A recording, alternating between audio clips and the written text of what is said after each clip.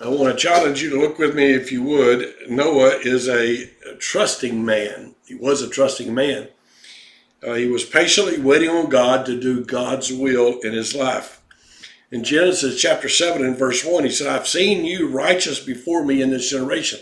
God looked down and saw that Noah was obeying him and living out his faith. And then he tells Noah, he said, I want you to go get of the clean beasts, take seven by sevens, the male and the female, and the beasts that are not clean by two. So there are 7 males, 7 females, and 2 of the not clean. And then of the fowls of the air that are used in sacrifice, sevens. And for yet 7 days, he said, 7 days from now, I'm going to cause it to rain. It's going to rain. It's going to rain for 40 days and 40 nights. And God tells Noah all of that. You and I have to serve God patiently. We have no understanding of what God is doing. We just have to obey God and do what we know to do today. In Psalm 32:9, it says, Be not like the horse or the mule, which have no understanding, whose mouth must be held in with bit and bridle, lest they come near unto thee. You know, I ought not be like that with God. I ought to just love God and accept God and trust God and wait on God.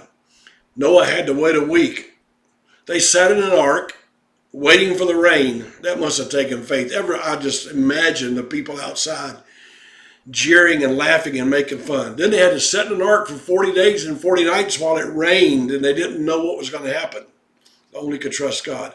It'd be over a year before they could get off of the ark. But God's blessings come through faith and patience. The Bible says in Hebrews chapter 6 and verse 12, Be not slothful, but followers of them who through faith and practice inherit the promises. How difficult do you find it when facing a storm to trust God? Boy, I've been in some storms, and I find it often very hard to trust God.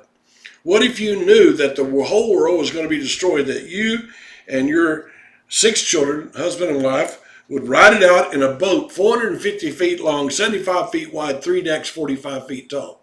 How in the world would you handle that? How are we going to face the things that are going on in our lives right now? Will you believe God? Will you patiently wait for him to do what's best and right? Or will you act like an angry child wanting your will? I just want to serve God.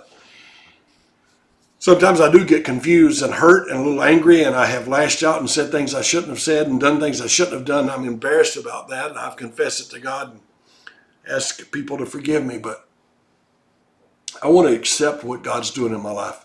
I want to wait on him, and I want to trust him, and I challenge you to do that. Thank you so very much for listening.